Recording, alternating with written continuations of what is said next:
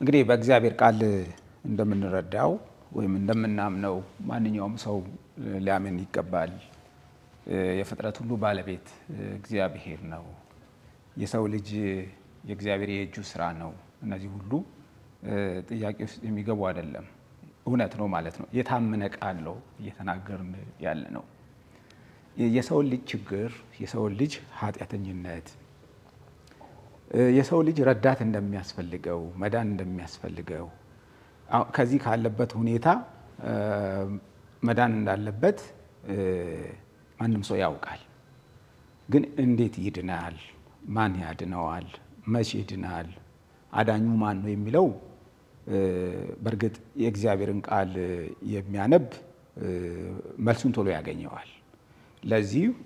ለዚህ ሁሉ መፍትሄ ከእግዚአብሔር ዘንድ ነው። አሁን በተነሳው ሐሳብ ላይ እንግዲህ አንደኛ ቆሮንቶስንም ቅድም አንብበናል። እንደምናስተውለው በእግዚአብሔር ቃል ውስጥ ጌታ ኢየሱስ ከሙታን መካከል ከተነሳ በኋላ ለደቀ መዛሙርቱ ትእዛዝ ሰጠ። ለአይሁድ ብሎም ለአሕዛብ ወንጌል እንዲሰበክ። ምክንያቱም እግዚአብሔር መድኃኒትን ወደዚህ ዓለም እልካለሁ ብሎ እንደተናገረ በናዝሬቱ በኢየሱስ ፍጻሜ አግኝቷል። ስለዚህ እርሱን እግዚአብሔር መድኃኒት አድርጎታል የሚል ነው። በዚሁ መሰረት ነው እንግዲህ ሐዋርያት ከባለ ጴንጤቆስጤ ቀን ጀምሮ መስበክ ጀመሩ። ለአይሁድ ሲሰብኩ ተስፋውን ያውቁታል፣ ኪዳኑን ያውቁታል። ይሄ ሁሉ የተገለጠ ነበር። ግን እግዚአብሔር መድኃኒትን በልጁ በኩል በክርስቶስ በኩል አድርጓል የሚለው ነገር ለነሱ አንዳንድ ፈታኝ ነገሮች ነበሩ። ይሄን ለማለት የፈለኩት ምንድነው? ጳውሎስ እዚህ ጋር እግዚአብሔር ኃይል አለው ጥበብ አለው ይላል። ወይም ደግሞ የእግዚአብሔር ኃይልና ጥበብ ተገልጧል። አሁን መታወቅ ያለበት የእግዚአብሔር ኃይል ተገልጧል፣ የእግዚአብሔር ጥበብ ተገልጧል። ስለ አይሁድና ስለ ግሪክ እየተናገረ ስለሆነ ኃይል ከአይሁድ ጋር የሚሄድ ይመስላል። ለምን? እግዚአብሔር ብዙ መገለጦች አድርጓል በብሉይ ኪዳን መጽሐፍ ውስጥ። የአብርሃም የይስሐቅ የያዕቆብ አምላክ ለነሱ የተገለጠው አምላክ እስራኤልን ከግብጽ ያወጣው አምላክ በኃይሉ ይታወቃል። ኃያል ነው እግዚአብሔር ያህዌ በተአምራቱ፣ በድንቅ ስራው፣ በአዳኝነቱ፣ በሁሉን ቻይነቱ ወደር አይገኝለትም። ይሄ የታወቀ ነው እና ሁሉ ጊዜ እስራኤል በደከሙ ወቅት ሁሉ የሚያስቡት ያንን የእግዚአብሔርን የማዳን ስራ ያስቡታል ሁሉ ጊዜ ማለት ነው። አሁንም ደግሞ እግዚአብሔር ኃይሉን ገለጠ። ቤት በጎልጎታ እንዴት? በክርስቶስ። ይሄ የጥንቱ አምላክ ነው በዚህ በመስቀል ላይ እንዲህ ተሸንፎ በእንዲህ ያለ ሁኔታ በሰው እጅ ወድቆ ይሄ ሊሆን አይችልም ለነሱ ማለት ነው። የእግዚአብሔር ቃል ግን የሚለው የእግዚአብሔር ኃይልና ጥበብ ክርስቶስ ነው ይላል። ስለዚህ እግዚአብሔር በክርስቶስ በኩል ኃይሉን ገልጧል። አዎ ኃይሉን ገልጧል። ይኸው እና መድኃኒት እሱ ነው። አዎ እሱ ነው መድኃኒት። ሕይወት እሱ ነው። እሱ ነው ሕይወት። እግዚአብሔር ጸጋውን ያፈሰሰበት ሕይወትን ወደዚህ ዓለም ያስገባበት ለሰው ልጅ ክብር፣ ለሰው ልጅ ሕይወት፣ ለሰው ልጅ ተስፋን ያመጣው በልጁ በክርስቶስ በኩል ነው። የታል ኃይሉ? ይኸው በቀራንዮ ላይ ኃይሉ ይሄ ነው። ይሄማ እንዴት ሊሆን ይችላል? ሞኝነት ነው። ይሄ ሊሆን አይችልም። እንዴት ሊሆን ይችላል የሚል ነው ማለት። ይሄ በፍጹም ሊሆን አይችልም። ምክንያቱም ክርስቶስ በሕዝቡ መካከል እየተመላለሰ በሚያስተምርበት ሰዓት እንደምናስታውሰው እንኳን የሩቁ አይደለም የቅርብ ደቀ መዛሙርቱ እንኳን መምህር አይገሰጽም በእስራኤል በጣም ነውር ነው፣ የማይሞከር ነው። እንደምናስታውሰው ጌታ ወደ ፊቱን ወደ ኢየሩሳሌም ባቀና ሰዓት የሰው ልጅ ተላልፎ ይሰጣል፣ መከራ ይቀበላል፣ ይሞታል፣ በሶስተኛው ቀን ይነሳል ሲል ጴጥሮስ ተቆጣ። እንጂ ምን ማለት ነው እንደዚህ አይነት ነገር? ለምን የማይሆን ነው በሰው አእምሮ ሳይሆን፣ እግዚአብሔር ግን መድኃኒትን በዚህ በኩል ያደረገው። ለዚህ ነው አስደናቂ የሆኑ ራሱ ማለት ይሄ የእግዚአብሔር ኃይሉ እንዴት ሊገለጥ ይችላል? ይሄማ ድካም ነው። ለአይሁድ በጣም እንደ ደካማ ነገር ነው የተቆጠረው።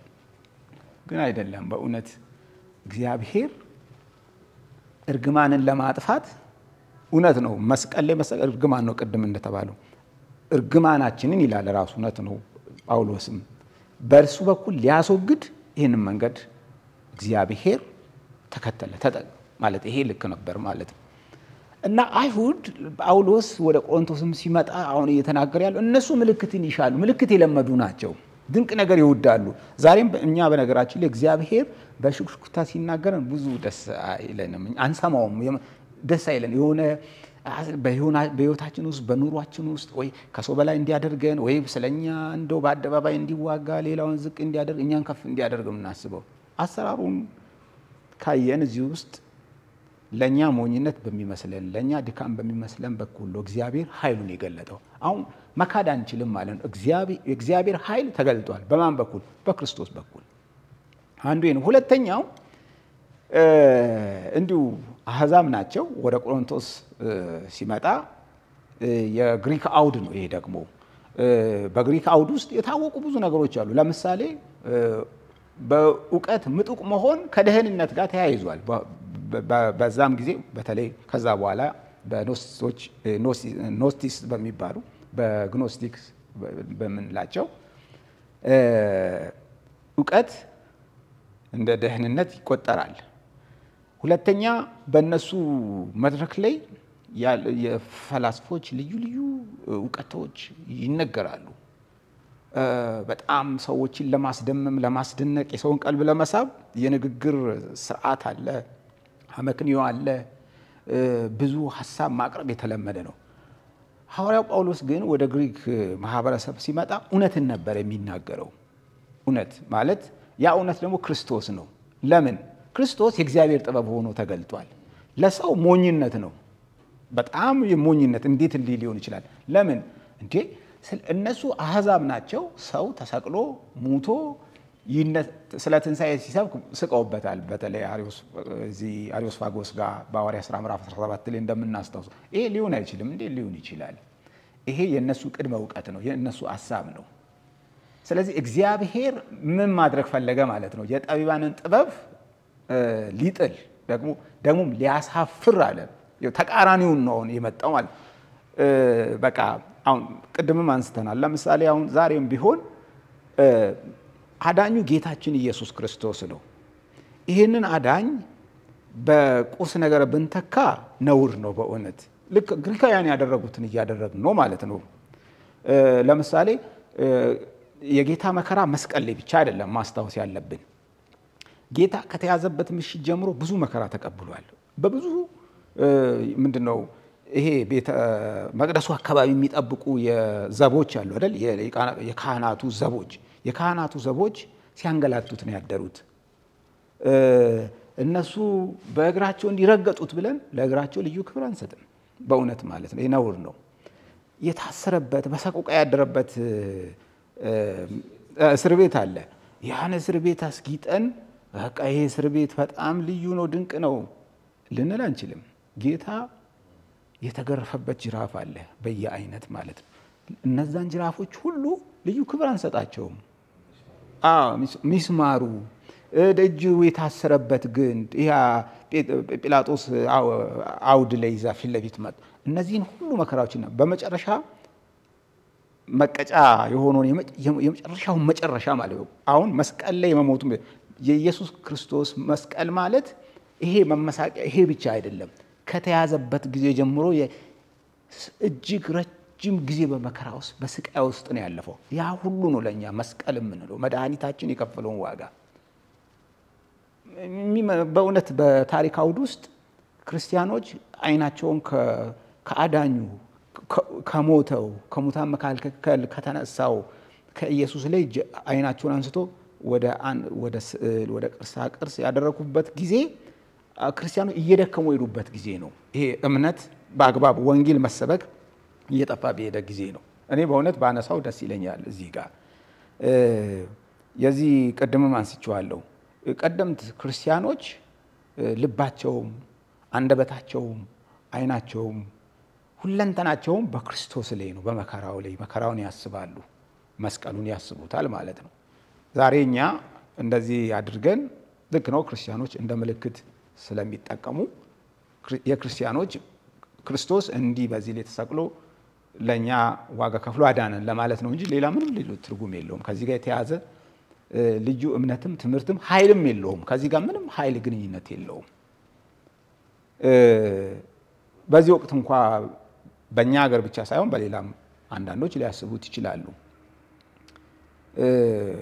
እንግዲህ ከጊዜ በኋላ ነው ከአዳኙ ይልቅ መሰቀያው በከፍተኛ ሁኔታ የተለያዩ ድርሳናት፣ የተለያዩ ትምህርቶች፣ የተለያዩ ሀሳቦች እየደረጁለት ይሄዱት። ሪቹዋል ነገር ሰው አይቀይርም። ቅድም ያሬድ አንስቷል።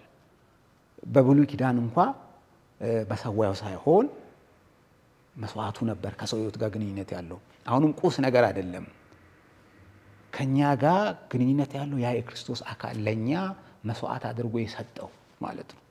አሁን እንኳን የቤተ ክርስቲያን አካል ራስ ነው ስንል ከእርሱ ጋር ነው የተጋጠምነው ማለት እሱን ነው የምናስበው እንጂ አይናችንን ከሱ ላይ አንስተን በሁኔታዎች ላይ ማድረግ አግባብ አይደለም። እንዳይሰፋብኝ ልተው ብዬ ነው። ብዙ እንዴት ነገሮች እየተደራጁ እንዲሄዱ አግባብ አይደለም። ይሄ በምድራችን በብዙ እናየዋለን። ይሄ ምንድነው የሚያሳየው? ጳውሎስ የቆሮንቶስን ቤተክርስቲያን እንዳስተማረ እንደጻፈላት የመስቀሉ ቃል ለሚጠፉት ሞኝነት ለኛ ለምንድነው ግን የእግዚአብሔር ኃይል ነውና እያለ ያለው አሁንም ምንድነው? እግዚአብሔር ምን አድርጓል? ኃይሉን ገልጧል። ቤት በመስቀል ላይ እና ክርስቶስ እንዲመሞቱ የእግዚአብሔር ኃይል መገለጥ ነው። እንዴታ! እግዚአብሔር በሱ እኮ ነው ያዳን። በሱ ነው አሁን ህይወት ይዘራብን። አሁን እኛ በክርስቶስ ደም እኮ ነው ህሊናችን የተቀደሰው፣ ህሊናችን የተረጨው ደሙ እኮ ነው መስዋዕት ይሆነልን፣ ቤዛ ይሆነልን እኮ እሱ ነው። ምንም ከዛ እሱ የመስቀሉ ቃል ምን ሰብከው ራሱ እኮ እሱ ነው። እንዲሁ ደግሞ በሌላ ጥበብ በሰዎች ሐሳብ በሰዎች ልማድ በሰዎች ወግ ሰዎች ዕውቀት ነው ብሎ በሚያስቡት ነገር እንድንተካ እሱ ሞኝነት ነው ይላል። ያው እዚህ ጋር እሱ ሞኝነት ነው ወይ ደግሞ ተራ ነው። ሰው ለሰው ትልቅ ይመስለዋል። ይሄ ትርጉም የለውም። ለሰው ሞኝነት በሚመስለው ግን በክርስቶስ ሞት እና በመስቀሉ እግዚአብሔር ለኛ ደህንነት እንዳደረገ የእግዚአብሔር ቃል ይነግረናል። ትይዩ ነገር አለ ማለት ነው። በዛን ዘመንም ብዙ ስህተት አለ። አሁንም አንዳንድ ስህተቶች እንመለከታለን። እግዚአብሔር ይመስገን። ያው ዞሮ ዞሮ ወንጌል የሚሰበከው እንዲሁ መሰበክ ስላለበት የክርስትናው ግዴታ ስለሆነ ሳይሆን ሰዎች ልክ ካልሆነው ልክ ወደ ሆነው ነገር ፊታቸውንም ዞር እንዲያደርጉ ነው። እንዳልከው መስቀሉ በየትኛውም አይነት ቅርጽና ውበት ቢሰራ ቁሱ ያው ቁስ ነው። ብዙ ጊዜ እንደውም ከክርስቶስ መስቀል ጋር ተያይዞ የክርስቶስ ደም ስለፈሰሰበት የክርስቶስ ስላረፈበት ይፈውሳል፣ ያድናል የሚል በስሙ ኃይል ከሚሆነው በላይ ወደ ቁሱ ሰዎችን የማምጣት ልክ ያልሆነ ነገር አለ። እሱ ያው ንግድም አለበት። ያው ሰዎች ከዚህ የመጣ የሚፈውስ ሽባ የሚተረትር ጎባጣ የሚያቀና መስቀል በሚል በደንብ ይሸጣል እና ያም ምክንያት ሆኖ እንዲህ አይነት የደራ የገንዘብ መለዋወጫ ሆኗል። እሱ አንድ ነገር ነው። ከዛ ባሻገር የክርስቶስ ደም ነጠበበት እንኳን ቢባል አሁን እኛ እዚህ ጋር የተሸከምነው ከ2000 ዘመን በኋላ የተሸከምነው መስቀል ሲምቦል ከመሆን ምልክት ከመሆን ልክ እንደ ጽሑፌን ስናነብ የክርስቶስ መስቀል እንደምናነበው ስዕል ብዙ ጊዜ ገላጭ ነው። አንድ ነገር ምስል ይከስታል አይምሮ ላይና ልክ መስቀሉን ስናይ ብዙ ሳናወራ የተሰቀለው ክርስቶስን እንደምናምን ማንም ሰው ያስባል። እኔ ትንሽዬ በስጦታ ሰው የሰጠኝ ከወርቅ የተሰራች መስቀል ነበረችኝ። እዚህ ጋር ሸሚዜ ላይ ብዙ ጊዜ ያረጋት ነበር እና ትዝ ይለኛል አረብ ሀገር በነበርኩበት ወይም እዛ ለአገልግሎት በሄድኩበት ገበያ ውስጥ መስቀል አይተው ብስጭት የሚሉ ሰዎች ነበሩ። በአንጻሩ ደግሞ እዚህ ጋር ያረኩት መስቀል አይተው ከየት ነህ ብለው የጠየቁኝና ደስ ያላቸው አቅፈው የሳሙኝ ሰዎች አስታውሳለሁ። ኪሽ የምትባል ቦታ ወደ ኢራን አሁን በኢራን ግዛት ውስጥ ናት ያለችው ደሴት ናት። አንድ 5 ቀን እዛ ነበርኩ እና በጣም ነበር የፐርሺያ ሰዎች የኢራን ሰዎች መስቀል እዚህ ጋር ሲያዩ ደስ ያላቸው እና መግባቢያ ሆኖናል። ኦሬዲ ክርስቲያን መሆኔን በክርስቶስ መሰቀል የማምን መሆኔን አሳይቷል። ከዛ ባሻገር ግን በወርቅ ስላደረግነው በኒኬል ወይም ደግሞ በነሐስ ስላደረግነው በእንጨት ስላደረግነው እና በከበሩ ማዕድናት ስላደረግነው የሚያመጣው የተለየ የሆነ መስህብ የለውም። እንዳልከው ኃይል የተባለው ራሱ ክርስቶስ ነው። ያጋንንትን ስራ ያፈረሰው ክርስቶስ ነው። ዓለማት የተፈጠሩበት ክርስቶስ ነው። ከሆነው አንዳች እንኳን ያለ እርሱ አልሆነም የተባለለት ቀዳማዊው እሱ ነው እንጂ ግራና ቀኝ እንደነበሩት ወንበዴዎች እነሱ እንደተሰቀሉት እንዲሁ እሱ የተሰቀለበት ዕፀ መስቀሉ አይደለም። እና ያ ነው እንኳን ብለን ብናስብ ከተለያየ ታሪክ ነገር ጋር አገናኝተን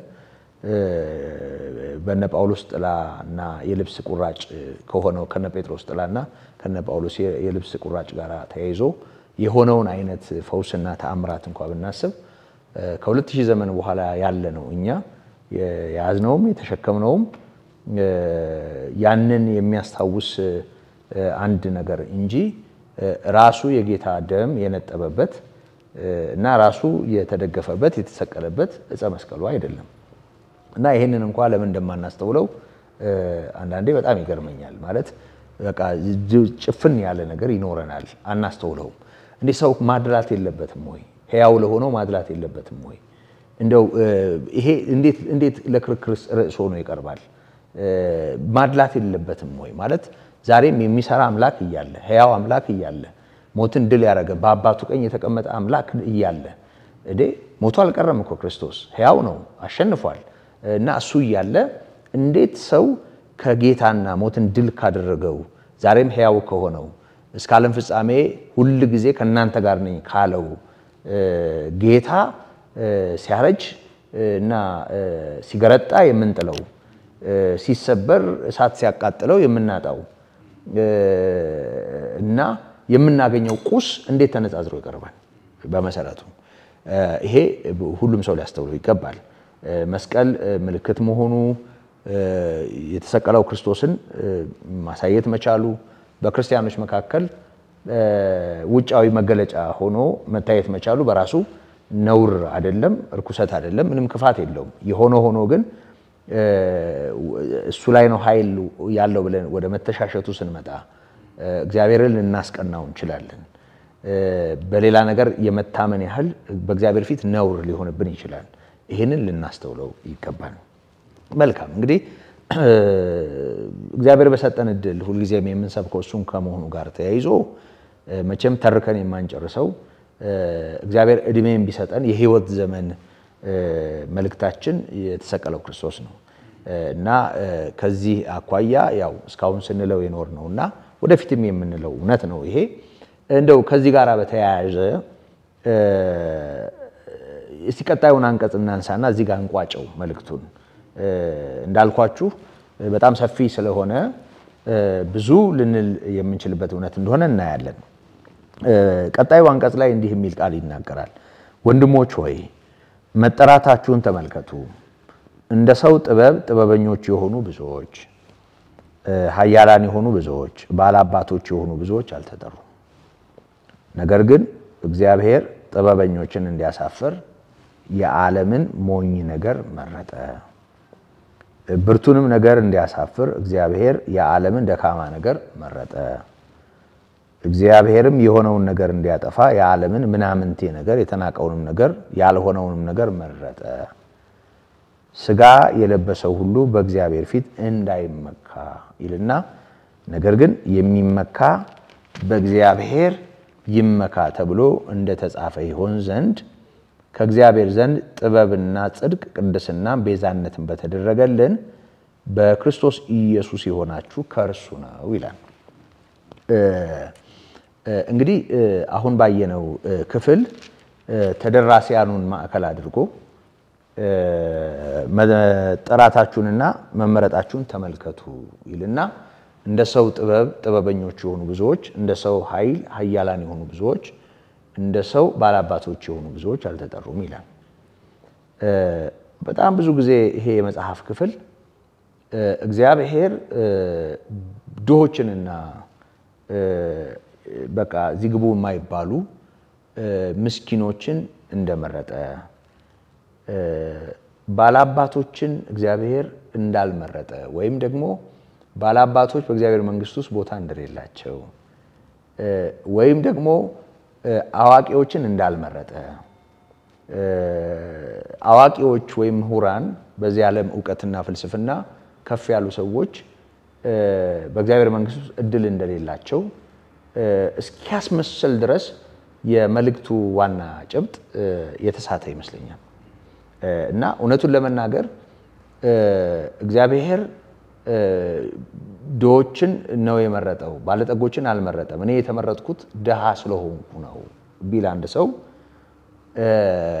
ጥበበኛና ምሁር ብሆን ገደል ገብቼ ነበር፣ መሃይምነቴ ወይም አለመማሬ ወይም ደግሞ ከፊደል ጋር ግንኙነት የሌለኝ በመሆኔ ተመረጥኩ ቢል አንድ ሰው ብቻ በስጋ ያለውን ስልጣን ኃይል እና የተለያየ ነገር አስቦ እንደ ሰው ኃያል የሆኑ አልተጠሩም፣ እኔ ኃይል ስለሌለኝ ነው የተጠራሁት ብሎ ቢያስብ አንድ ሰው ይሄ ሰው በድህነቱ እየተመካ አይደለም ወይ? ባለመማሩስ እየተመካ አይደለም ወይ? ባለጠጋ ባለመሆኑስ እየተመካ አይደለም ወይ? አንዳንድ ጊዜ መጠራታችሁና መመረጣችሁን ተመልከቱ። እንደ ሰው ጥበበኞች የሆኑ ብዙዎች፣ ኃያላን የሆኑ ብዙዎች፣ ባላባቶች የሆኑ ብዙዎች አልተጠሩም። እግዚአብሔር የሆነውን ነገር እንዲያሳፍር ያልሆነውን ነገር መረጠ የሚለው ቃል እግዚአብሔር ከሄደበት ይሄ ዓለም ጥበብ ከማይለው ስልጣንና ኃይል ከማይለው ብልጥግናና ከፍታ ከማይለው ከክርስቶስ ማንነት ጋር የተያያዘ እግዚአብሔር ሰዎችን ወደ ራሱ ካቀረበበት ነገር ጋር የተያያዘ እንጂ ከሰው የኑሮ ደረጃ ጋር የተያያዘ አለመሆኑን በጣም ብዙ ሰው አያስተውልም። ከዚህ የተነሳ መዝሙር ሲሰራለት እናያለን። ስብከትም ላይ በቃ እግዚአብሔር እነዚህን ሰዎች አልመረጠም የሚል የተገላቢጦች ስብከት ሲሆንም እናያለን። እና ይህን ነገር ብናጠራው ሁለተኛ ትምክህታችንን ብናስተካክለው መልካም ነው። ምን ማለት ነው? ግልጽ ባለመልኩ እግዚአብሔር ሰዎችን ወደ ራሱ ያቀረበበት እውነት ክርስቶስ ነው። ክርስቶስ ደግሞ የእግዚአብሔር ኃይልና የእግዚአብሔር ጥበብ ነው። ሲታይ ደካማ ሆኖ ተገልጧል። የትኛው ክርስቶስ? የተሰቀለው ክርስቶስ። ስለዚህ ዓለም በማትመርጠው መንገድ፣ ዓለም በማትቀበለው መንገድ ሞኝነት በሚመስል ድህነት በሚመስል ምክንያቱም በእርሱ ድህነት ባለጠጎች እንድንሆን እሱ ስለኛ መደህየቱን የእግዚአብሔር ቃል ይነግረናል። በምስሉ እንደ ሰው ተገኝቶ ራሱን እንዳዋረደ የእግዚአብሔር ቃል ይነግረናል።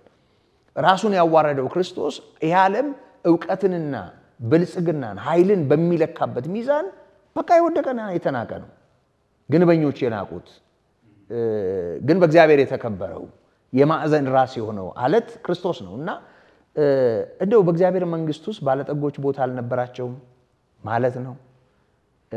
ብልጽግናስ ቢሆን ሀብትና ንብረትስ ቢሆን እውነቱን ለመናገር በእግዚአብሔር ፊት በቃ ጨርሶ የማይፈለግ ነው። ስለዚህ ጉስቁልቁል ያለውን ነገር ነው መምረጥ ያለብን ማለት ነው።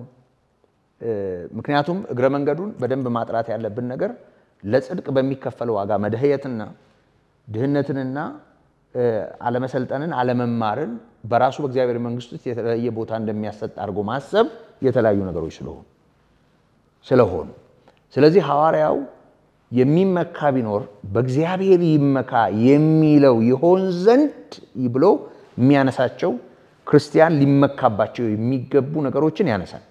ያ ማለት ኃይልም አይደለም፣ ብልጽግናም አይደለም፣ ጥበብ ወይም ምድራዊ ዕውቀትም አይደለም።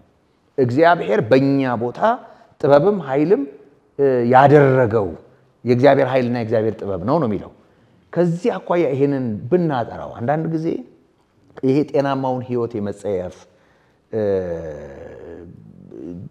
ህይወት የመጸየፍ ራስንም ሌላውንም ማጎስቆል እንደ መንፈሳዊነት የመታየት ችግር ስላለው አሁን እኔ እዛ ጥልቀት ውስጥ ገብተን ስለ መበልጸግ ስለ ምድራዊ ዕውቀትና ከዛ ጋር ተያይዞ በርቱ አሁን ጊዜው የዚህ ነው እንደዚህ መሆን አለብን ለማለት አይደለም እውነቱን ለመናገር ግን ደግሞ ትምህርቱ ካልተስተካከለ አንስተካከልምና ከዚህ የተነሳ ዋናውን ትምክህታችንን የሚሸፍን ስለሆነ እንደው በእግዚአብሔር መንግስት ውስጥ ትልልቅ ሰዎች ቦታ አልነበራቸውም ወይ በጌታችን በኢየሱስ ክርስቶስ አገልግሎት ይሄ እንዴት ነበር በሐዋርያት ሥራ ላይ በመናየው በቅዱሳን የመጀመሪያ ተጋድሎ ወቅት ሰዎች እንዴት ነበሩ ስልጣን ያላቸው ሰዎች እንዴት ነበሩ ሀብት ያላቸው ሰዎች እንዴት ነበሩ ስለዚህ መለኪያው ምን ማለት ነው የሚለው ለማስተካከል ይሄንን ማጥራት ያስፈልጋል ምክንያቱም እንደ ሰው ጥበበኞች ይሁን ብዙዎች አልተጠሩም ባለጠጎች ይሁኑ ወይ ባላባቶች ይሁኑ አልተጠሩም ኃይለኞች ይሁኑ ወይም ደግሞ አልተጠሩም ሲል በቃ እግዚአብሔር በዚህ ዓለም ያሉትን ጥበበኞችና ኃይለኞች በዜሮ እንዳባዛ በቃ ጨርሶ አልፈልጋችሁም ያለ ይመስላል በአንጻሩ ደግሞ የተጠራን ሰዎች የነበርንበት የኑሮ ደረጃ ያስመረጠን ይመስላል ግን እግዚአብሔር በክርስቶስ አይደለም ወይ መረጠን እግዚአብሔር ኃይልና እግዚአብሔር ጥበብ የሆነው ክርስቶስ አይደለም ወይ በዓለም የተጠላው ያልሆነ የተባለው በእግዚአብሔር ዘንድ የሆነው የሚለው ለማጥራት እነዚህ ነገሮች በደንብ ብናሰምርባቸው እና እነዚህን አራት ነጥቦች ክርስቲያን ሊመካባቸው የሚገቡ አራት ነጥቦችንም ብናነሳ መልካም ነውና የመጀመሪያውን ነጥብ ወንድሜ ሙሉቀን እስኪ የመረቡ ያዛቸውን አሶች በተመለከተ እንዴት ነው የጌታ ሞት ለማን ነው ክርስቶስ ራሱን የከፈለው የሚለውን በደንብ ብናሰምር መልካም ነው አው መልካም ነው እንግዲህ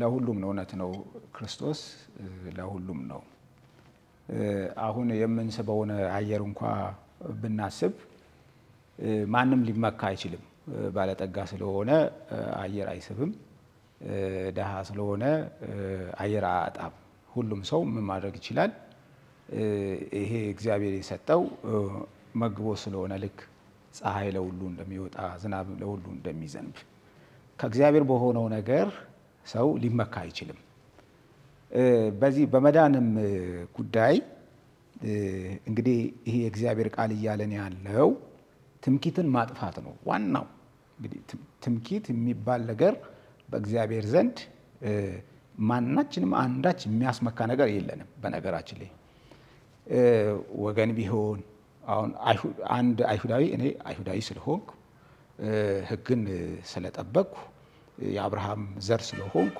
ሙሴን ስለማውቀው እኔ መቅደሱን በጣም ስለማውቀው ይገባኛል ብሎ በእግዚአብሔር ዘንድ የሚያስቆጥረው አንድም ነገር የለውም አህዛብም ደግሞ እንዲሁ አለኝ የሚለውን ነገር ይዞ ቀርቦ እንዲህ ስለሆነ ይላል ሁለቱም ምንም ትምኪት የላቸው በመልክ በቁመና በሀብት በክብር በዝና በስልጣን በምንም አክሰስ አይደረግም ነው አሁን ክርስቶስን በእንዲህ ባሉ ነገሮች አይደለም ከዚህ ነፃ በሆነ መንገድ ትምኪት ማጥፋት ነው እንደው ግን ይሄ አውድ ከቆሮንቶስ ቤተክርስቲያን ጋር ስለሚገናኝ አሁን መጠራታቸውን እንዲያስቡ ነው እያሳሰበ ያለው የራሱት ይመስለኛል አንዳንድ ጊዜ ምን እንሆናል እንረሳለን ወደ ጽድቃችንን ወደ ማስቆጠር መንፈሳዊነታችንን አንዳንድ ህይወታችንን ብቻ እኔ እንዲህ ስለሆንኩ ሊሆን ይችላል ውስጤ መልካም ሰው ነኝ እኛ ኩልዩ ነን አንዳንዴ አሁን ስለ ሀገር እንኳን ሲታሰብ ከብዙ ዓለምን ለይና ኢትዮጵያ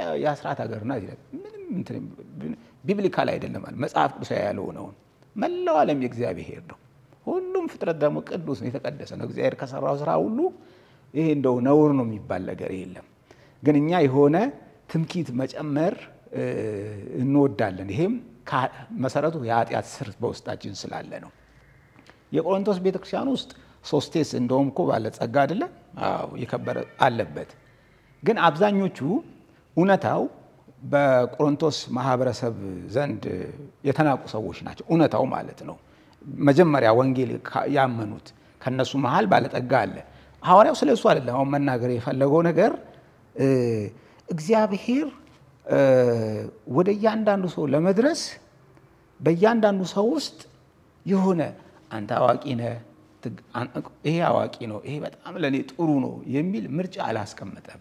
ለሁሉ የሚሆን ህይወትና መንገድ ነው የከፈተው።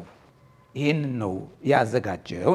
ይሄን ለምን አደረክ ብንለው እግዚአብሔር ትምክህትን ለማጥፋት ምንም ምንመካበት ነገር እንዳይኖር ለምንድን ነው ይሄ የሚሆነው? በቆሮንቶስ አውድ ካየን ትምክህት ስላለ በጥበባቸው በእውቀታቸው የሚኮሩ ስላሉ ማለት ነው። ለነሱም እኮ ክርስቶስ ይገባል ያለ ትምክህት አንድን ነገር ለማስቆጠር ባለመፈለግ ስለዚህ የምንመካበት ነገር ከሌለ አንድ መመኪያ ያስፈልጋል። በአንድም በሌላ ትምክህትን ሁሉ አስጥሎ እግዚአብሔር አንድ መመኪያ ማስ ያስፈልጋል ለሁሉን የሚያስመካ እሱ ደግሞ ክርስቶስ ነው። አሁን ትምክህት የሚባል ነገር እንዲወገድ ለሁሉ የእግዚአብሔር መንግስት የተከፈተች ናት፣ ሁሉንም ትቀበላለች። ግን ትምክህት የሚባል ነገር ሁሉ ምን ይደረግ እንጥልና ያለ ትምክህት መኖር አንችልም፣ እውነታው ማለት ነው። ግን ትምክህታችን ክርስቶስ እንዲሆን ነው የእግዚአብሔር ቃል የሚያስተምረን። የሚመካ ቢኖር በእግዚአብሔር ይመካ ብሏል። ያው መመካት አይቀርም፣ ግን የኔ የምንለው ዕውቀት፣ ባለጠግነት፣ ሀብት፣ ክብር አይወዳደርም። ድህነትም ቢሆን ልንመካበት አይገባም ቅድም እንዳልከው። ስለዚህ ምንድነው ታዲያ ለምንድነው በክርስቶስ የምንመካው ካልን እግዚአብሔር ከክርስቶስ ጋር የሰጠን ወይም በክርስቶስ በኩል አንድ ነገር ተደርጎልናል። ምን? ከእግዚአብሔር ዘንድ ጥበብና ጽድቅ የሚያስመካ ጥበብና ጽድቅ። አሁን በጽድቅ መኩራት አህዛብን ዝቅ ማድረግ በነገራችን ላይ በመስቀሉ ነው በነገራችን ጥልን የሚቆይጣለው እግዚአብሔር በህዝብና በአህዛብ መካከል የነበረውን ግድግዳ ያፈረሰው ናዶ ማለት ነው። ለምን? በአይሁድና በአህዛብ መካከል ከፍተኛ ልዩነት አለ። ለእግዚአብሔር የቀረበና ከእግዚአብሔር ራቀ የሚል ማለት ነው። ምን አደረገ? ያንን ትምክህት አፈረሰ ክርስቶስ መሃል በመሆን። ለምን? እግዚአብሔር ጽድቅ በእምነት የሚገኝ ጽድቅን ወደዚህ ዓለም አመጣ ማለት ነው። ከየትኛውም ወገን ሰዎች አምኖ መምጣት ይችላሉ። አሁን ምናችንም በክርስቶስ ፊት ዋጋ የለውም። ለምን? አንድ የሚያስመካ ነገር ስላለ ትምክህት ሁሉ ወደዚህ መምጣት የለበትም። አሁን ትምክህትን ሁሉ ማስወገድ ነው ዋናው ስራው እግዚአብሔር። እንዳልከው ባለጠግነት፣ ስራ፣ ሀብት፣ ትምህርት እሱን እየተቃወመ አይደለም በፍጹም ማለት ነው። በግሪክ አውድ ልክ ነው። ይሄ መደብ ስላለ ነው። መደብ ይደረጋል። ደሃ፣ ባለጠጋ፣ ከበርቴ ምናምን እያሉ እንደውም ዕውቀት ያላቸው ሰዎች ብቻ ናቸው ስለ እግዚአብሔር ማወቅ የሚችሉት። ደህንነትም ከዕውቀት ጋር ይገናኛል በእነሱ አስተሳሰብ። እግዚአብሔር ይህንን ትምክህት ሁሉ ተራ አደረገው ማለት ነው። ማወቅ ይችላል ሰው፣ መማር ይችላል ሰው፣ መስራት አለበት። ይሄ ከዚያው ድጋ አምጥተነው ልክ ነው ካዋሃድ ነው እንስታለን። እግዚአብሔር እያለን ያለው አንድ ትምክህት አለ። እሱ ምን የሆነው ጥበብ የሆነን ጽድቅ የሆነን ቅድስና የሆነን ቤዛ የሆነን ማለት ነው እርሱ ነው። ስለዚህ በክርስቶስ በተደረገልን በክርስቶስ ኢየሱስ ይሆናችሁ ይላል። ይሄ በእርሱ በኩል ተደርጎልናል እና ሐሳቤ ግልጽ ከሆነ ትምክህት አይጠፋም በሰው ውስጥ። ሰው ውስጥ ሁሉ አሁን ብንፈልግ በቤተሰቡ የሚመካ አለ፣ በዘር የሚመካ አለ፣ በሀብት የሚመካ አለ፣ በምን የሚመካ አለ። እግዚአብሔር ጋር ይሄ አይሰራ። እግዚአብሔር ይሄንን አይወደውም። ከእግዚአብሔር ጋር ለመገናኘትም ከተፈለገ እኔ ቤተሰቦቼ ሃይማኖት ቤተሰቦች ናቸው እንዲህ ናቸው በጣም ቆንጆ ነው፣ እግዚአብሔር ደስ ይለዋል፣ ያ መጥፎ አይደለም። ግን ትምክህት ሊሆኑ አይችልም። ለምን? ትምክህቶችን ሁሉ የሚያስወግድ አንድ ትምክህት መሃል አለ በክርስቶስ የተደረገልን ነገር እና እዛ ላይ ትኩረት እንድናደርግ ይፈልጋል። ያለኝ ግንዛቤ ይሄ ነው። በዚህ መልካም ክብር ለአምላካችን ይሁን። እንግዲህ ያው የማይጠቀልለውን እየጠቀልልን ነው።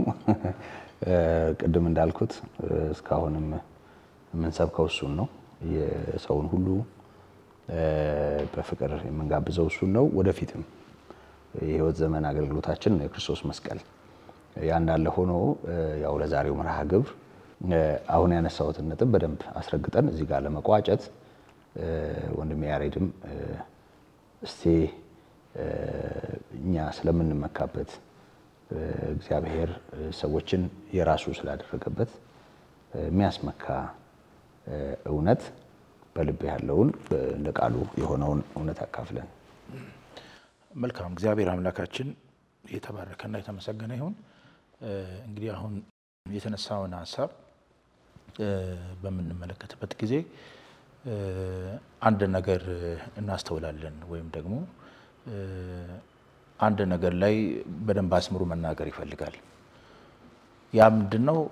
በአጭር ቃል ሰው ለራሱ ያለው ነገር ወይም ሰው የሆነው ነገር ሰውን የእግዚአብሔር ሊያደርገው አልቻለም። ይሄንን እንዲያስተውሉ ነው እየተናገረ ያለው። ቅድም ሁለታችሁም እንዳነሳችሁት እነሱን እያላችሁ ያለው እናንተ በተጠራችሁ ጊዜ ምን እንደነበራችሁ አስቡ።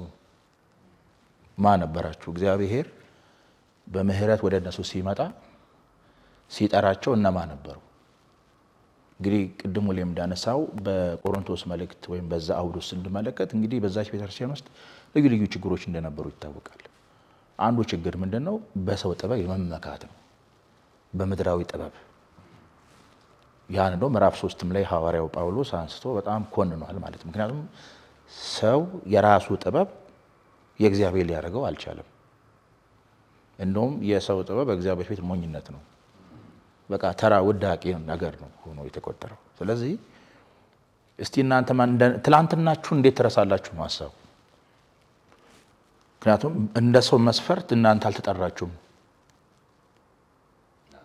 አይደል? እንደ ሰው በነገራችን ላይ ወንጌል እንደ ዓለም ሚዛን ቢሆን ኖሮ ማን ሊድን ይችላል? ዓለም ማን እንደምትመርጥ ይታወቃል። ግን እንግዲህ የወንጌል አዋጅ ሲጀመር ለሁሉም ነው። ቅድም እንደተነሳው ለሀብታም ለድሃ አይደለም። ክርስቶስ የሞተው ለሁሉም ነው። የእግዚአብሔር መንግስት ለሁሉም ነው የተከፈተችው። ስለዚህ እግዚአብሔር የሰውን ትምክህት ሰብሮ ሰው በእግዚአብሔር ፊት በዚህ ነገሬ እንዳይል ማለት ነው። ሰዎች በእግዚአብሔር እንዲመኩ፣ ሰው በራሱ በሆነው ነገር እንዳይመካ እግዚአብሔር አድርጎ ነው የሰውን ደህንነት በመስቀል ላይ ፈጸመው። ይሄን እንዴት ትረሳላችሁ ነው እያለ ያለው። አሁንም ትምክህታችን እግዚአብሔር ነው። ይሄን ካለ በኋላ ቅድም የተነሱ 4 ነገሮች አሉ። እነዚህ 4 ነገሮች እኔ በደንብ ስመለከት ጎሎን የነበሩት ነገሮች ናቸው ብዬ አስባለሁ። የሰው ልጅ የጎደላቸው ነገሮች ማለት ነው። ከእግዚአብሔር ከመንፈሳዊ ዓለም አንፃር ሲታይ ሰው ይሄ 4 ነገር ጎሎታል ማለት ነው። ጥበብ የለውም፣ ጽድቅም የለውም፣ ቅድስናም የለውም። ሰውም ለእግዚአብሔር ቤዛ መስጠትም አይችልም። ጌታም እኮ ብሏል፣ ሰው ዓለሙን ሁሉ ቢያተርፍ አለ ነፍሱንስ ቢያጎድል አለ ምን ይረበዋል? ለነፍሱስ ምን ቤዛ ይሰጣል አለ። ሰው ለነፍሱ ለእግዚአብሔር ቤዛ መስጠት ይችላል? አይችልም። እንደውም ሮሜ ምዕራፍ 1 ላይ ምን አለ ሐዋርያው? ጥበበኞች ነው ሲሉ ደንቆሮች ሆኑ እኮ አለ። ሰው በእግዚአብሔር ፊት ደንቆሮ ነው የሆነው። ሰው ጥበበኛ ነኝ አስተውላለሁ ሲል በእግዚአብሔር ፊት ደንቆሮ ነው። ስለዚህ የራሱ የእግዚአብሔር ጥበብ አስፈልግ። የእግዚአብሔር ጥበብ ደግሞ ክርስቶስ ነው። ስለዚህ እግዚአብሔር ልክ እኛ የምንመካበትን ትምክህት ሰብሮ እግዚአብሔር የሚያስፈልገንን በጣም መሰረታዊ ነገሮችን ሰጠን ማለት ነው። ጥበብ ሰጠን። ሌላው ቢቀር እኮ እንድናስተውለው እንድናውቀው እኮ እግዚአብሔር እኮ የረዳን እኮ ራሱ ነው። እዛ አንደኛ ዮሐንስ ምዕራፍ 5 ላይ ምን የሚል ቃል አለ? እውነተኛ የሆነውን እናውቅ ዘንድ ልቦናን ሰጠን እኮ ነው የሚለው። እውነተኛም በሆነው በእርሱ አለን፣ እሱም ልጁ ኢየሱስ ክርስቶስ ነው። እርሱ እውነተኛ አምላክ የዘላለም ሕይወት ነው አለ። እውነተኛ የሆነውን እንድናውቅ እግዚአብሔር ልቦና ሰጠን። እውነተኛ የሆነውን እግዚአብሔር እንድናውቅ ልቦና ባይሰጠን እውነተኛ የሆነውን አምላክ ማን ያውቃል? ይሄንን ጌታ ማን ያውቃል? ሰው ጥበብንና አእምሮ ተሰጥቶት ነው ማለት ነው። እና እግዚአብሔር ጥበብ ከሰጠው ሰው ጥበቤ ማለት አይችልም ማለት ነው። ነገሬ ማለት አይችልም ማለት ነው። ተቀባይ አይኮራም፣ ተቀባይ ያመሰግናል እንጂ። ጳውሎስ ምዕራፍ 1 ምዕራፍ 4 ላይ ሲናገር ምን ያልተቀበልኳልና እንዳልተቀበልክ ስለምን ትመካለህ አለ። የሰው ልጅ ተቀብሎ ነው ከእግዚአብሔር። አዎ ቅድስናም ብናየው እንደዛ ነው። ሰው በኃጢአት በጨለማ የነበረ ነው እና እግዚአብሔር በቃ ወደሱ የምንቀርብበትን ቅዱሳን የምንሆንበትን በክርስቶስ ማለት ነው የጎደለንን እግዚአብሔር በክርስቶስ በኩል ሰጠን። ጽድቅ እግዚአብሔር ጽድቅ ጎሎናል። ባዶ ነበርን፣ የተዋረድን ነበርን። የሚያስፈልገን እግዚአብሔር ጽድቅ ነው። ሰው ያለ እግዚአብሔር ጽድቅ አይጸድቅማ። ሰው የራሱ ጽድቅ ሊያጸድቀው አይችልም። ጽድቃችን የመርገም ጨርቅ ሆኖ ብሏል ኢሳይያስ። ጽድቃችን የመርገም ጨርቅ፣ ኃጢአታችን አይደለም ጽድቃችን ነው። ሰው ወደ እግዚአብሔር ለመቅረብ የሚያደርጋቸው ማንኛውም መንፈሳዊ እንቅስቃሴዎች ወይም መንፈሳዊ አድራጎቶች እነዛ ናቸው። ስለዚህ የራሱ የእግዚአብሔር ጽድቅ አስፈልገው። ስለዚህ ኢየሱስ ጽድቃችን ሆነ። ጽድቅ ተገኝቷል በእርሱ በኩል ማለት ነው። ቤዛን የላከው ማን ነው? እግዚአብሔር ነው። ዳኑበት ብሎ በኩሩን ወደ ዓለም ያስገባ ዓለም በእርሱ በኩል እንዲድን እግዚአብሔር ይህንን ሰጠ። እኛ ተቀበል። ጥበብ ተቀብዬ፣ ጽድቅ ተቀብዬ፣ ቅድስና ተቀብዬ፣ ቤዛነትም ሆኖልኝ በጭራሽ በራሴ ልመካ አልችልም። ልመካ የምችለው በእግዚአብሔር። ከዚህ እምነት ምን ይወጣል? አምልኮ ይመነጫል አይደል? ምስጋና ምንም የኔ የሚል ነገር አይኖርም። በቃ ምክንያቱም ባይደርስልን እግዚአብሔር ይሄንን ባያረግልን ኖሮ ያ ፍጻሜያችን መጨረሻችን ምን እንደሆነ ይታወቃል። ስለዚህ የቆሮንቶስ ሰዎች ይሄንን ዘንግተዋል ማለት ነው። ከእግዚአብሔር አጀንዳ ከወንጌል ውጭ ናቸው የነበሩት ማለት ነው። እግዚአብሔር ጥበብ ሆኖ ትንሽ ሰው በግል ጥበቡ እንዴት ይመካል? በማስተዋሌ ነው ይላል እንዴ? አንዳንዴም እኮ መቼስ ሰው ደካማ ነውና ወደ ወንጌል እውነት መምጣቱን ተከትሎ አንድ የሚናገራቸው ንግግሮች አሉ። ንግግሩ ግን ቀላል አይደለም። እኔ እኮ ወደዚህ እኮ የመጣሁት እኮ ድሮም ወደ ቤተክርስቲያን ቀረብ ስለምል ነው፣ መጽሐፍ ቅዱስ ድሮም ስለማነብ ነው ብሎ ይመካል ማለት ነው። ሌላው እንደ ደንቆሮ እየቆጠረ ማለት ነው። እኔ እኮ ትንሽ ለመንፈሳዊ ነገር ስለቀረብኩ ነው የሚል ትምክህት ማለት ነው። ሁሉም ለእግዚአብሔር እኮ ነው፣ ያው ነው። ሁላችንም ያው ነው የነበርነው። ምሕረት አድርጎልን አእምሮ ማስተዋል ሰጥቶን እውነተኛ የሆነውን እናውቅ ዘንድ ልቦና ሰጠን እኮ ነው የሚለው። ባላስተውልህ ጌታ ሆይ እንዴት ልድን እችላለሁ? ባትበራልኝ ኖሮ እና ስለዚህ ጳውሎስ ልክ አይደላችሁ። እንዴት እንደጠራችሁ እግዚአብሔር እንዴት እንደጠራችሁ ተመልከቱ። ስለዚህ ይሄንን ረስተው እነሱ ሌላ ዓለም ውስጥ ነው ያሉት ማለት ነው፣ ክፍፍል ውስጥ ማለት ነው። ጳውሎስ እኮ አጵሎስ ተሰቅሏል፣ ኬፋ ተሰቅሏል። የተሰቀለላችሁ ክርስቶስ እኮ። አንዳንዴ በቃ የወንጌልን እውነት እናወርደዋለን ማለት ነው። አሁን የምናየው ክፍፍልም ይሄ ወንጌልን የሰው ጥበብ የማድረግ ችግር ማለት ነው። ወንጌል የሰው ጥበብ አይደለም፣ ወንጌል የእግዚአብሔር ጥበብ ነው። እና ይሄንን የሚያስተውል ሰው በእግዚአብሔር ነው የሚመካው። ስለዚህ በሰው የሚመካ የሰው ጥገኛ አይሆንም። በቃ ክብር ለእግዚአብሔር ነው የሚሰጠው። እና ያቺ ቤተክርስቲያን እንደዛ የሆነው አንዷ ችግር ይሄ ነው። ዛሬም ብንሆን እኛ እግዚአብሔር የረዳን ምሕረቱ ያገኘን ሰዎች ይሄንን መዘንጋት የለብን። እግዚአብሔር ትምክህት ይጠላል። ቅድም ሙሌ ማስተዋል ሰው መመካት አለበት፣ ግን በማን? በእግዚአብሔር እንጂ በራሱ በቆጠረው ፊደል እሱ አይደለም። ቅድም አሴም እንዳልከው ክርስትና ትምህርትን አይጠላም፣ ክርስትና ስኬትን አይጠላም፣ ክርስትና ድህነትን ጉስቁልናን አይሰብክም። ከዛ ጋር አይደለም ጉዳዩ። ግን ሰው በቃ ይሄ ነገሬ ነው እኔን የእግዚአብሔር ያደረገኝ ቢል ይሄ ከእግዚአብሔር ጋር ያጣለዋል። ወንጌል ለሁሉም ነው፣ ለዳሁም ለሀብታሙም ነው፣ ለተማሩም ላልተማሩም ነው። ግን ውጤቱ የሚወሰነው በማን ነው? ምላሽ በሚሰጠው አካል ነው። ምላሹን ከዳሁም ከሀብታሙም ይፈልጋል፣ ከሚያስተውሉም ከማያስተውሉም ምላሹን ይፈልጋል። ምክንያቱም ወንጌል ምድራዊ ጥበብ የሰው ውጤት አይደለም፣ የሰው ልብ ወለድ ውጤት አይደለም። የእግዚአብሔር ኃይልና የእግዚአብሔር ጥበብ የተገለጠበት ነውና በጣም ይሄን ልናስተውል ይገባል ማለት ነው። ለሰውም ወንጌልም ስንመሰክር በመራራትም ሆኖም ጭምር መሆን አለብን። በሰው አለማመን እየፈረድን አይደለም። አዎ በሰው አለማመን በሰው አለማስተዋል እየፈረድን አይደለም። እኛም እግዚአብሔር ደርሶልን ነው እና ለኛም የሆነ የእግዚአብሔር ልብ ለሌላውም ደግሞ የእግዚአብሔር ልብ እንደዛ ነው። እና ይሄንን በደንብ ማስተዋል ይኖርብናልና ይሄ ክፍል ይሄ ነው የሚያስተምረው ብዬ አስባለሁ። ምስጋና ለስሙ ይሁን፣ እግዚአብሔር ይመስገን። እንግዲህ ሐዋርያው የሰው ቃል በሚያስተምረው በሚያባብል ቃል አልነገርኳችሁም ይላልና ያው ከሰው አእምሮ የሚመነጭ የሰውን አእምሮ አድራሻ ያደረገ ምድራዊ ጥበብ አይደለም። ወንጌል ሰማያዊ ጥበብ ነው። ለሰው ያለውን የሚያቀው ራሱ የሰው ልጅ ነው፣ ራሱ ባለቤቱ ነው። ለእግዚአብሔር ያለውን ደግሞ የሚያቀው የእግዚአብሔር መንፈስ ነው እና እግዚአብሔር በመንፈሱ በኩል ገለጠልን፣ አፈሰሰው፣ አበራልን እንዳለ ይህንን መንፈሳዊና ሰማያዊ ጥበብ በሰማይ ቋንቋ መረዳት አለብን ማለት ነው። ከዛ ባሻገር ማንም እንዳይመካ የሚመካ ቢኖር በእግዚአብሔር ይመካ የሚለው ይሆን ዘንድ ከእግዚአብሔር ዘንድ ጥበብ፣ ጽድቅ፣ ቅድስና፣ ቤዛነት በተደረገልን በእርሱ ነው። ስለዚህ ሰው መመካት ያለበት በክርስቶስ ነው ማለት ነው። ምክንያቱም ክርስቶስ እኛን ወክሎ እግዚአብሔርን ስለመፍራቱ ተሰምቶለታል። ምክንያቱም የጥበብ ሁሉ መጀመሪያ እግዚአብሔርን መፍራት ነው። እኛን ወክሎ በእግዚአብሔር ፊት እየቃተተ አባቱን ደስ አሰኝቷል። ኃጢአትም የለበትም፣ በጽድቅ ኖሯል፣ በሰውም በእግዚአብሔር ፊት በቃልም በስራም። ከዛ ባሻገር ስለኛ እርሱ ራሱን ቀድሷል። ልዩ የሆነው ጌታ ተለይቷል አባቱን ደስ ለማሰኘት እና ለኛ ተለዋጭ ሆኖ ቤዛ ሆኖልናል። ስለዚህ ከጌታችን ከኢየሱስ ክርስቶስ መስቀል በቀር ሌላ ትምክህት ከኛ ይራቅ ማለት እንችላለን ማለት ነው። እና እግዚአብሔር ይመስገን። የተወደዳችሁ ይህን የምትሰሙ በእውነት ቀላል ነገር ይመስላል። በብዙ ነገር እንመጻደቃለን፣ ራሳችንን እንደ ልዩ እንቆጥራለን። አንዳንዱ በብልጽግናው ሊመካ ይችላል፣ አንዳንዱ በስልጣኑ ሊመካ ይችላል፣ አንዳንዱ በእውቀት ጥበቡ ሊመካ ይችላል።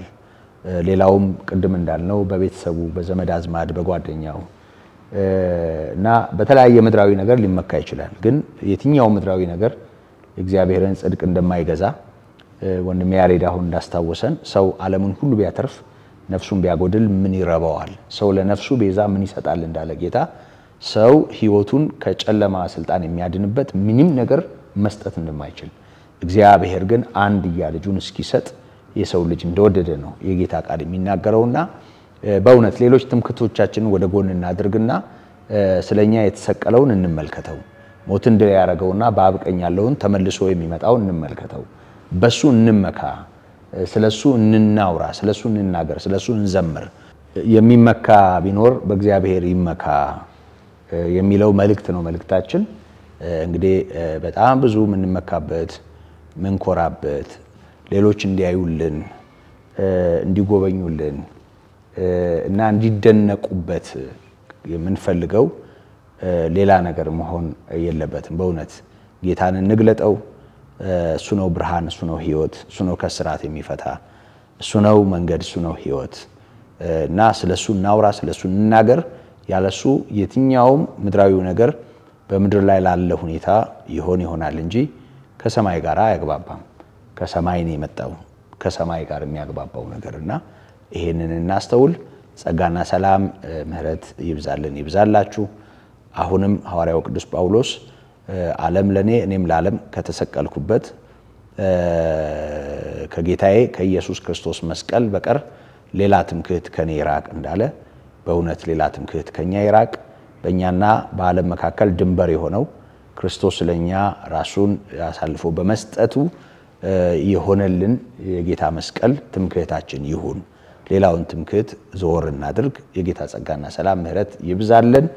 በእውነት ስላዳመጣችሁን አብራችሁን ስለምትሆኑ በጸሎትም ስለምታግዙን የወንጌል ብርሃን ለብዙዎች እንዲደርስ አብረን መስራት ስላለብንና ደግሞ ብዙዎችም በእውነት አብራችሁን ስላላችሁ ስለእናንተ እግዚአብሔር እናመሰግናለን። ጸጋና ሰላም ምሕረት ይብዛላችሁ። ከቀሪው የቴሌቪዥን መርሃ ግብር ጋር አብራችሁ እንድትሆኑ ይሄንን በማስታወስ እንሰናበታችኋለን። ደግሞ እንደገና እግዚአብሔር በሚሰጠን እድል እንዲሁ እንደምንገናኝ እናምናለን። ሰላም